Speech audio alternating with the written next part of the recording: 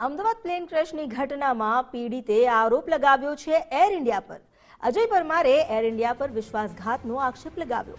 Final settlement પર દબાણપૂર્વક સહી કરાવ્યાનો ગંભીર આરોપ છે।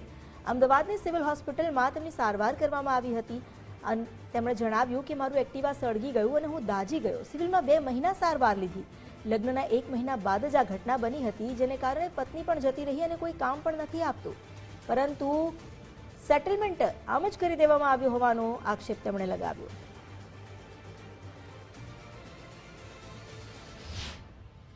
એકવાર મને 25 લાખ રૂપિયા મારા ખાતામાં નાખ્યા હતા।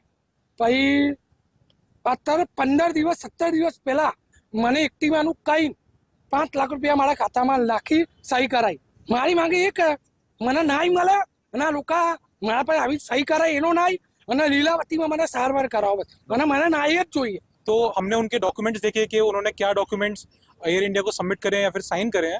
उसमें हमें डॉक्यूमेंट्स में ये पता चला कि उनसे ऐसे साइन ले लिए गए हैं जिसमें ऐसा लिखा है कि आपके जो भी क्लेम्स या फिर केसेस हैं उसका फुल एंड फाइनल सेटलमेंट आपका हो गया है और इसके लिए उनको एयर इंडिया से 5 लाख रुपए भी मिले थे। इस टाइम पे साइन नहीं लेना चाहिए था इनसे बिल्कुल भी, क्योंकि अभी इन्वेस्टिगेशन चालू है और उससे भी ज़्यादा इंपॉर्टेंट चीज़ है अभी इनका ट्रीटमेंट कंप्लीट नहीं हुआ है। तो इनको उसमें साइन में ऐसा लिखा है कि आपका अभी का या फिर फ्यूचर का कोई भी मेडिकल खर्चा है तो वो हम नहीं देने वाले, ऐसा लिखा हुआ है। तो वो इनके लिए बहुत अनफेयर है। તો તેમની સાથે જે અન્યાય થયો છે તેને લઈને રજૂઆત પણ કરવામાં આવી। લગ્નના 1 મહિના બાદ જ આ દુર્ઘટના ઘટી હતી, જેમાં તેમનું એક્ટિવા તો સળગી ગયું, પરંતુ તેની સાથે સાથે તેઓ પણ દાઝ્યા હતા।